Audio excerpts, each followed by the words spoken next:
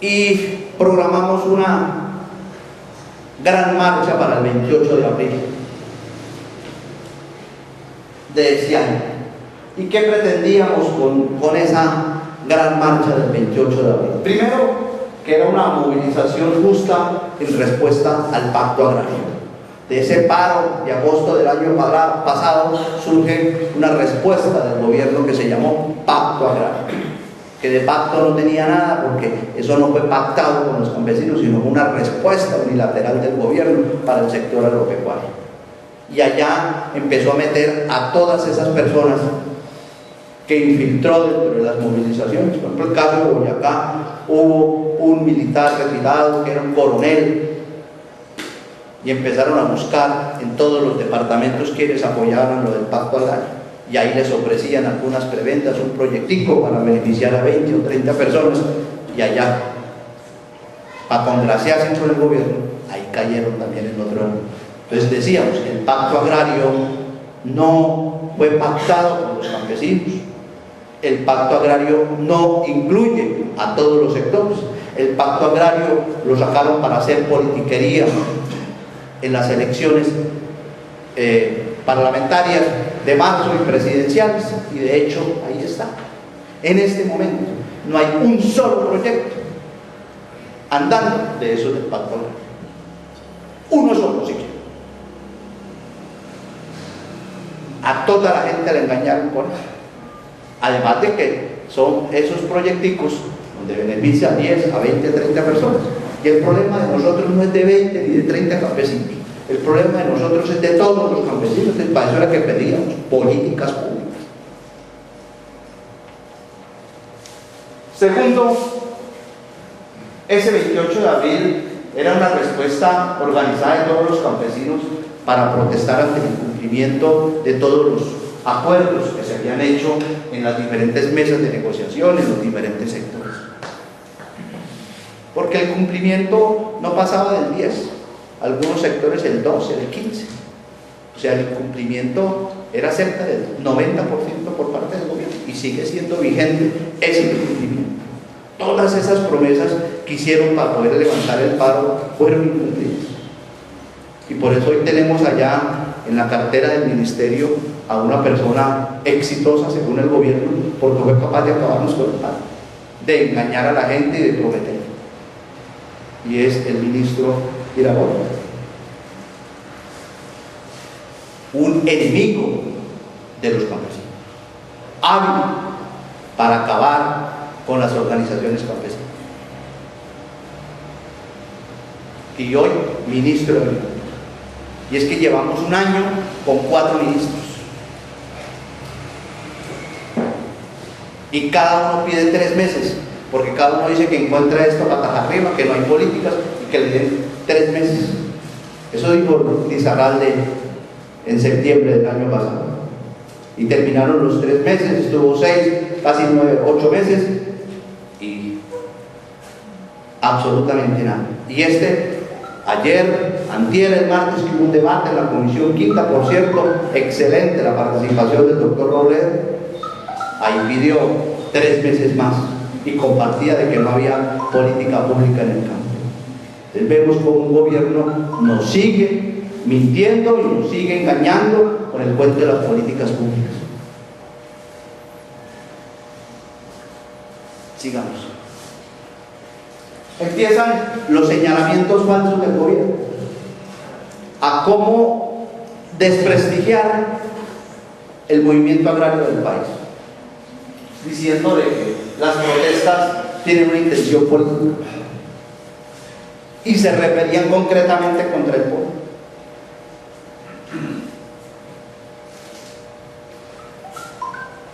Porque desde luego ha sido el partido que ha apoyado las protestas justas de este país, y no puede ser ajena a la situación que nos pase en el campo, ni que le pase a los profesores, ni le pase a los obreros, ni que le pase a los estudiantes. Ahí tenía que estar, y desde luego que deberá seguir estando el pueblo. Pero con esto quisieron acabar con el pueblo, y quisieron acabar con el movimiento, relacionándolo con la izquierda del país. Segundo, que el gobierno ha cumplido con los compromisos. En todas las entrevistas era que el gobierno cumplió y la gente se cree. Aquí ponían un señor encorbatado, ministro, una entrevista contra un pobre campesino. Decían, es que aquí cumplimos todo, nosotros ya cumplimos lo que teníamos que hacer. Y yo les quiero decir, mire, el campo sigue igual y peor que hace 3 años, peor que cuando hicimos estos pagos. No ha cambiado absolutamente en nada.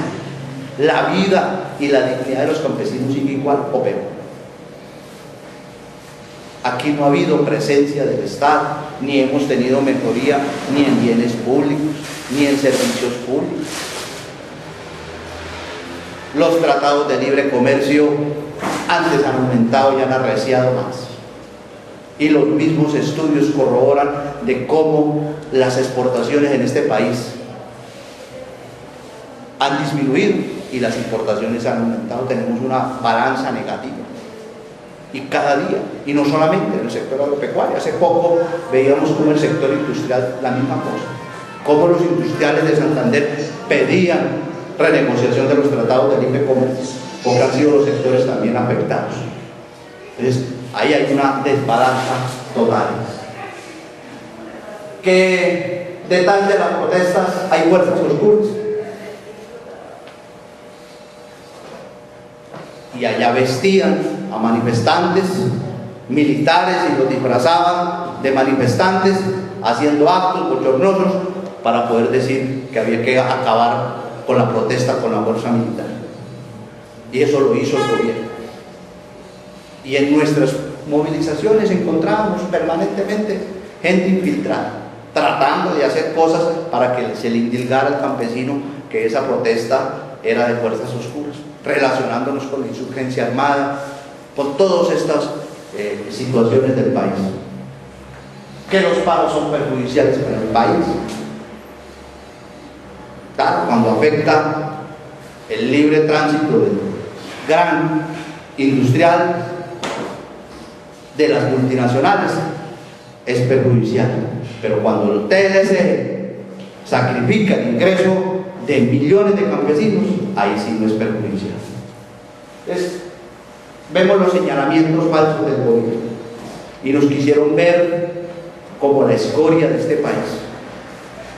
Y la cuestión estaba tan difícil realmente que ya el gobierno dijo, o levantan el paro o va a haber la intervención del ejército. Y el derramamiento de sangre que hubiera habido ahí hubiera sido muy grande. Y eso, tomándolo, nosotros teníamos que salir y negociar rápido, porque la cuestión que se venía era muy dura. Y si no lo hubiéramos hecho, hubiera sido así. Y lo habían justificado ya con algunos actos que habían pasado vandálicos, hechos por el mismo gobierno, hechos por la misma fuerza.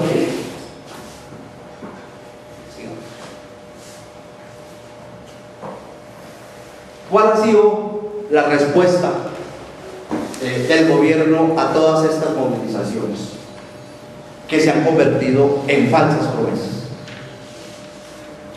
Primero, el pacto agrario. Como lo decíamos, ha sido el instrumento propuesto por el gobierno que con lo único que ha hecho con esto es hacer política, prometiéndole a la gente cualquier cantidad de cosas que no han podido ni siquiera cumplir, además de que es para pequeños sectores nada más.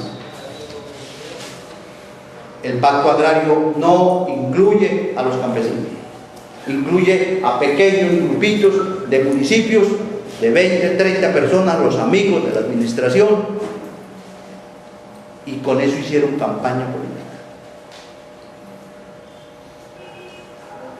Con eso lograron elegir a más de un representante y a más de un senador, prometiéndoles a través de este pacto agrario.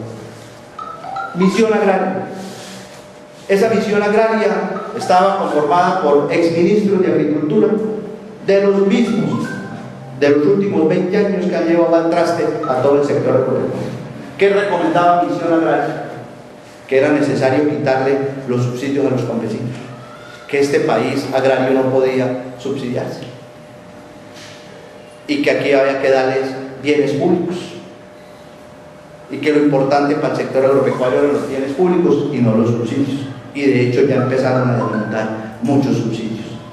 Pero veamos quiénes son los que integran esa misión agraria. Ahí no había ningún productor, ni mucho menos campesino. Ex ministros de Agricultura, de los que han estado en los últimos 20 años dirigiendo este país. Entonces, qué buenas recomendaciones podemos tener. Diamante Agropecuario, un nombre sugestivo, parecido a algo como todavía por encima pues, de esmeraldero, Diamante Agropecuario. Y aquí invitaban a la élite, aquí no invitaron a ningún campesino. Pero esto plantea la panacea del sector agropecuario. En el año 2016, Colombia es el país más exportador de América Latina. En el 2016 estamos siendo la potencia exportadora en ganadería, cuando ni siquiera hemos tenido ni superado la admisibilidad sanitaria, que ni siquiera lo podemos hacer ni siquiera en los próximos 5 o 10 años, porque estamos tan atrasados que ni siquiera eso podemos hacer. Que el problema era de que los campesinos no queremos exportar, que el problema es de visión de los campesinos, que el problema es de pereza comercial de los campesinos, y eso no es cierto. Por el contrario, a nosotros nos tienen abandonados en la parte del comercio. El sector agropecuario, los productores no hacen parte de las cadenas productivas. Nosotros, con nuestro producto, participamos en la mayoría de los casos con un 5% en todo el proceso industrial por el aporte de nuestra materia prima. Pero los que se quedan, el grueso, la mermelada de la utilidad está en la industrialización de los productos.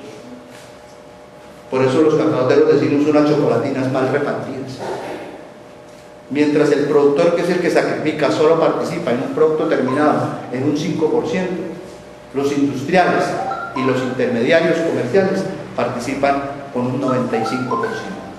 Son los que se están ganando los recursos. Entonces, seremos más eficientes y mejoraremos nuestro ingreso el día que los campesinos, los productores, podamos participar de la cadena productiva. Y habrá más razones para que los campesinos, los jóvenes, los hombres y mujeres se queden en el campo. Y esa debe ser una lucha permanente de nosotros por lograr la agroindustrialización, que podamos participar. En el caso del cacao, por ejemplo, 2 grandes industrias comercializan el 95% del cacao en el país. 2. Y además de que lo comercializan, lo transforman, son los que nos imponen el precio, pagan como ellos quieren. Pero les acabamos ese poderío el día en que los cacauteros nos volvamos agroindustriales y participemos de esa cadena.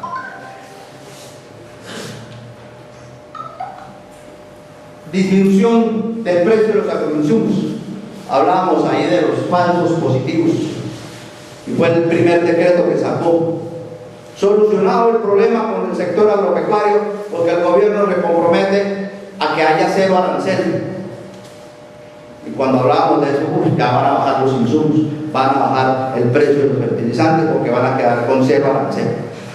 Y ese fue el decreto más engañoso, porque resulta que ya en ese momento los productos agropecuarios casi no tenían arancel, y los que tenían era muy poquitico. Lo cierto fue que eso no incidió económicamente en nada en el precio de los alimentos, pero lo lanzaron pues como la solución el gobierno nacional. Dentro de eso tenemos varios falsos positivos. Después sacó otro decreto donde dijo que iba a controlar los agroinsumos, algo parecido como los medicamentos humanos. Crearon una comisión intersectorial para fijar los precios, y ahí participaban el gobierno y los industriales y los importadores, los comercializadores. No había participación de los campesinos. Tampoco ha funcionado. Vamos a sacar una tarjeta, que con esa tarjeta van a comprar los insumos más baratos. Esto no era más que un mercado financiero, endeudar a los pobres campesinos con una tarjeta de crédito, porque no va a bajar ni ha bajado los precios con esa tarjeta. Que vamos a darles un crédito, y ese crédito va a tener el incentivo a la capitalización rural. Una línea de crédito como cualquiera de las que hay tampoco ha incidido en la baja de los agroinsumos. Primero, porque la gente no tiene capacidad de tener nuevos créditos. Segundo, porque ya no tiene capacidad, no puede acceder a un nuevo incentivo porque ya tiene uno para la siembra del cultivo. En fin, todas las trabas que le ponen también los bancos para prestar. O sea, falsos positivos para eso. Lo último que ha sacado fue que dijo que los campesinos podían importar los agroinsumos, que se unieran y podían importar.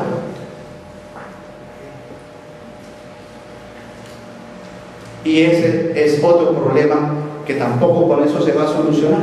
El problema del insumo aquí no es que lo venda Pedrito ni Juanito. Esto se soluciona dando un subsidio para los agroinsumos. Y eso lo hay en los países en desarrollo, en todos los países. Ecuador tiene una urea que vale $10, menos de 20.000 pesos, pero también tiene una urea que vale $30. Y tienen unas medidas de control. Todos los países subsidian los agroinsumos y es una de las formas de poder ser competitivos. Pero aquí todas las medidas que ha tomado el gobierno han sido completamente engañosas, pero salen a la luz pública como la solución. Por el contrario, tenemos los insumos todavía más caros. Política de crédito ha sido engañosa. Cada vez que hemos tenido con el Banco Agrario alguna negociación y algún acuerdo, el resultado final de la resolución o la metodología que utilicen para reglamentar eso lleva algunas medidas restrictivas que hacen que eso se convierta en un gano. Y hoy tenemos a gran cantidad de gente que está perdiendo sus fincas, que están perdiendo sus predios, porque no son capaces de pagar. Y simple y llanamente no son capaces de pagar porque sus ingresos no les alcanzan. Cuando aquí se planificó un crédito para sembrar cacao con unos ingresos de 6.000 pesos el kilo, pero duramos 3 años pagándonos ese kilo de cacao a 3.000 pesos. ¿Cómo podrá generar ingresos para pagar? Igualmente los cafeteros, haber una carga de café de 1.200.000 y pagarse por debajo de 400.000 pesos. ¿Cómo les va a alcanzar para pagar los créditos? Y hoy son miles de campesinos que van a quedar sin tiempo porque no pueden pagar toda la deuda que tienen. Y fue engañosa, ¿por qué? El Banco Agrario es uno de los bancos que estaba en peligro de ser intervenido por la asociación bancaria, por la autoridad bancaria. Cuando los bancos superan el 10% de cartera morosa, son intervenidos. Y el Banco Agrario está muy próximo a llegar a eso. Por eso crearon el FONSA, para comprarle la cartera al gobierno, la cartera que tenía morosa con muchas restricciones, para poderlo sacar de esa crisis. Pero más sin embargo la ponen como que estamos subsidiando la deuda de los campesinos, cuando en realidad lo que están es arreglando un problema a estos bancos y a muchos bancos privados que tienen ese mismo problema. Con plata del gobierno, subsidiándole las deudas que tenían perdida mucha de la banca privada y la banca estatal. Esas medidas han sido engañosas en este país. Además, que no cubre a todo el mundo. Todos los sectores productivos, como lo decíamos anteriormente, se han afectado por las medidas económicas, por el TLC, todos igualmente afectados. Pero aquí apenas lo del FONSA para unos determinados sectores y para un periodo muy reducido. Tengo ejemplos concretos. San Vicente de Chucurí, un campesino que sacó para 10 vaquitas, 10 millones de pesos. Por sus problemas no pudo pagar porque le robaron, porque se le perdió el ganado. Hoy debe 60 millones y 90 dentro de ese problema. Pierde su cultivo. Distracción frente a la asociatividad. El gobierno planteando que la gente se asocie, pero para poder canalizar algún proyectico, para poder ejecutar un proyecto de esos de pacto agrario, de todos estos programas que mencionábamos ahora. Entonces, es distraer a la gente frente a la verdadera asociatividad. hay un degeneramiento de la asociatividad del campo propuesta por el mismo gobierno. La gente se asocia motivada porque hay que bajar el recurso, pero no se asocia porque tienen que defender su cultivo, porque tienen que defender su comercialización, porque tienen que defender la agricultura, porque tienen que defender el campo, porque tenemos que defenderlo de la minería. No, se asocia es por bajar un recurso. Y eso es lo que está fomentando el gobierno. Aumento de los TLC, cada día nos ya anuncian uno más y vienen mucho más TLC en camino.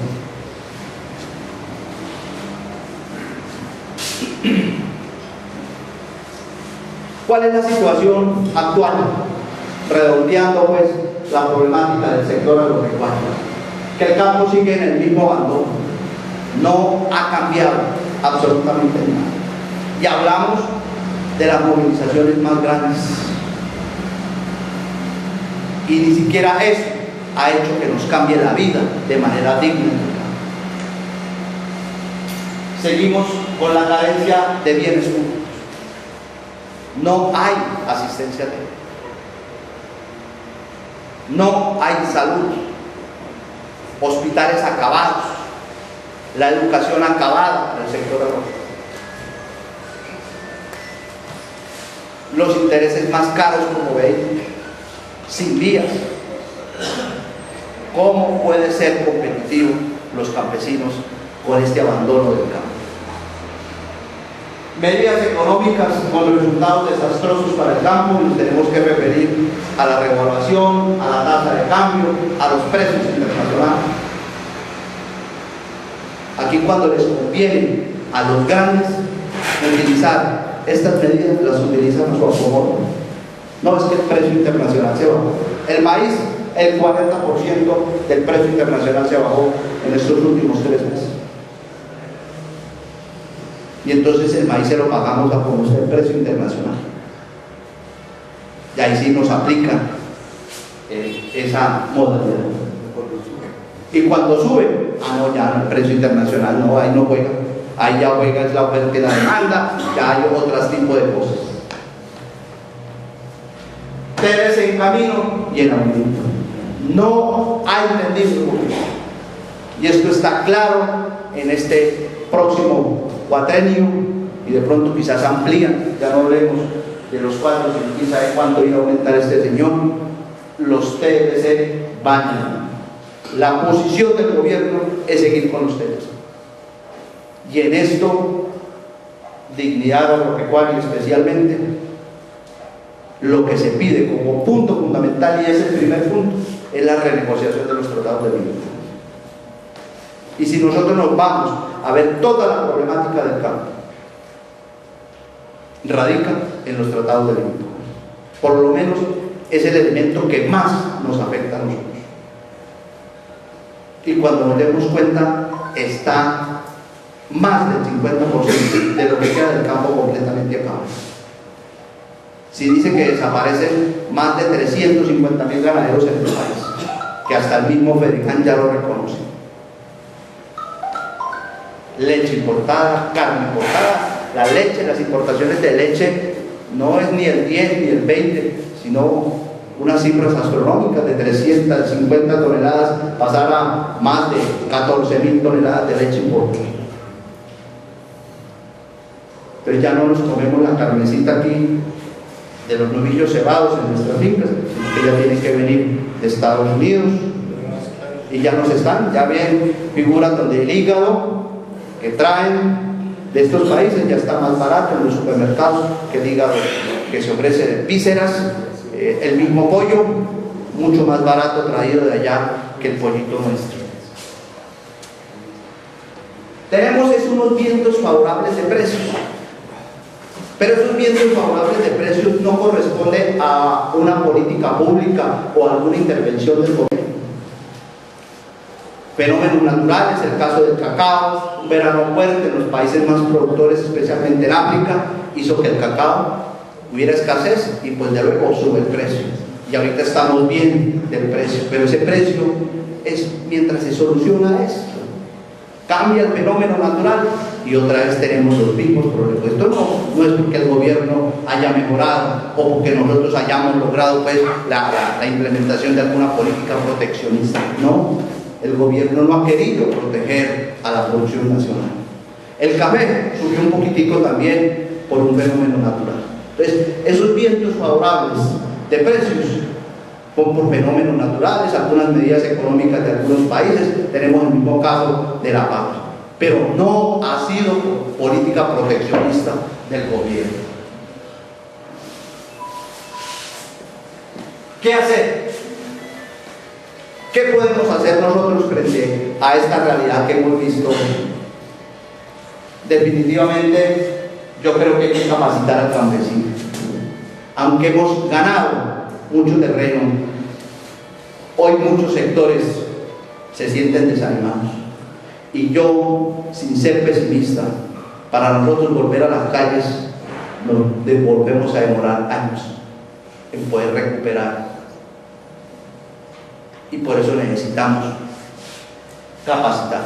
Yo creo que hay una tarea del polo, y digo concretamente del polo, porque aquí estamos en la casa del polo por los polistas, y necesitamos capacitar. Necesitamos la ayuda de los jóvenes y de todos los activistas para que esta llama no desaparezca. Necesitamos capacitar al campesino y necesitamos crear escuelas de capacitación para que no nos sigan engañando con todas esas falsas promesas. Tenemos que buscar estrategias. Miren, los demás las han tenido. Los demás todos los días nos desacreditan a los campesinos y nos desacreditan al polo como partido. ¿Y nosotros qué hacemos frente a eso? Necesitamos implementar estrategias de cómo vamos a hacer que la gente vuelva, es capacitando. La mesa agropecuaria, hay que fortalecer ese instrumento que agrupe a todos los sectores. Y de la mano con esa capacitación tenemos que crecer con esa mesa agropecuaria. Y también tenemos que ir a fortalecer a la dignidad agropecuaria como el instrumento nacional que va a servir en estos momentos y que se nos aproxima el Congreso ahorita el 30 de septiembre. Estos tres elementos van de la mano. Y dignidad agropecuaria tiene que convertirse en un instrumento que aglutine a todos los sectores del campo. Y para nosotros, desde el punto de vista político, es una oportunidad. Y desde el punto de vista, como organizaciones campesinas, como productores, es nuestra única arma de defensa que tenemos ante el gobierno. Si nos unimos, si esta unidad crece, podemos seguir en la pelea y podemos exigir, porque el gobierno nos fragmentó, nos acabó dividiendo. Importancia de la producción de alimentos. No se nos puede olvidar la importancia de la producción de alimentos. No se nos puede olvidar la importancia de la economía campesina. ¿Por qué es importante? Y aquí empezamos a hablar de soberanía, de independencia, pero el día que se acabe la producción de alimentos, hemos entregado más de la mitad de Colombia y quedamos a expensas de las grandes multinacionales y de los países más grandes que nos impongan los precios y que nos quieran mandar lo que nos quieran mandar, porque acabaron con los productores nacionales. Y esto es de dignidad de los colombianos. Y necesitamos avanzar en esto. Generar una respuesta colectiva de reclamos del gobierno. Y esta respuesta colectiva la logramos si fortalecemos a la dignidad agropecuaria, si avanzamos en las escuelas campesinas y si avanzamos en la consolidación de una mesa agropecuaria. Muchas veces lo hemos intentado y nos han ganado la indiferencia y nos han ganado la oligarquía de este país dividiéndonos. Por eso, a todos ustedes, amigos militantes del polo, hoy es una petición especial y un compromiso que nos acompañe en esta capacitación. Que salgamos a nuestras veredas y nos ayude para fortalecer estas mesas agropecuarias y fortalecer la dignidad agropecuaria. Yo quiero dejarlo en manos de estos compañeros. Cualquier cosita por aclarar con mucho gusto, me disculpan, pero tengo un compromiso de aquellos inquebrantables y no puedo seguir con ustedes. Muy amable y buenas noches.